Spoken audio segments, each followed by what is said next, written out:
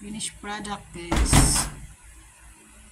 Iba naman natin sinigang, di ba? Yummy. Sarap-sarap.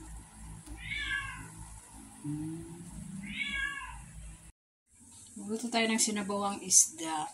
Ayan. Ano yan? Tambakol. Lagyan natin ng talbos ng kamote. Ito. Yung so, parang sinigang style. Sinigang nga. Pero iba lang yung ano niya, ha? Ayan. Nagpakulo na tayo ng tubig. Tapos lagyan na natin itong mga ano.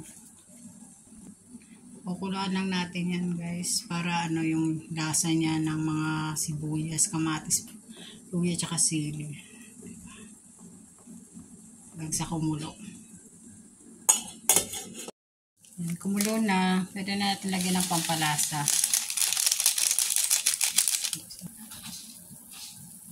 Lagyan na rin natin ng asin. Depende sa inyo kung gaano ka alat yung gusto nyo.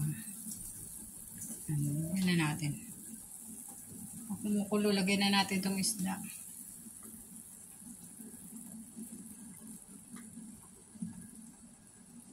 Para maano na yung lasa niya. Yan. Tapos pakukuluin natin yan, ha.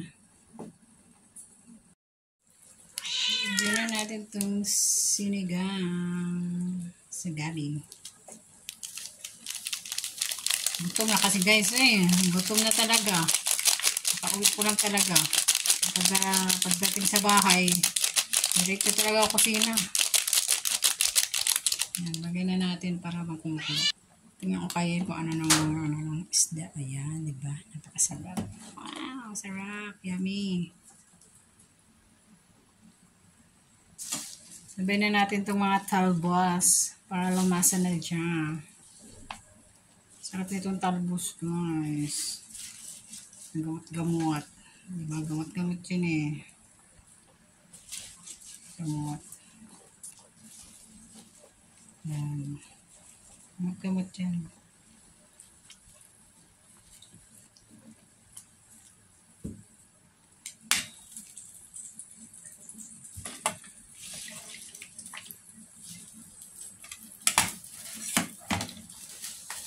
Lagyan na natin lahat.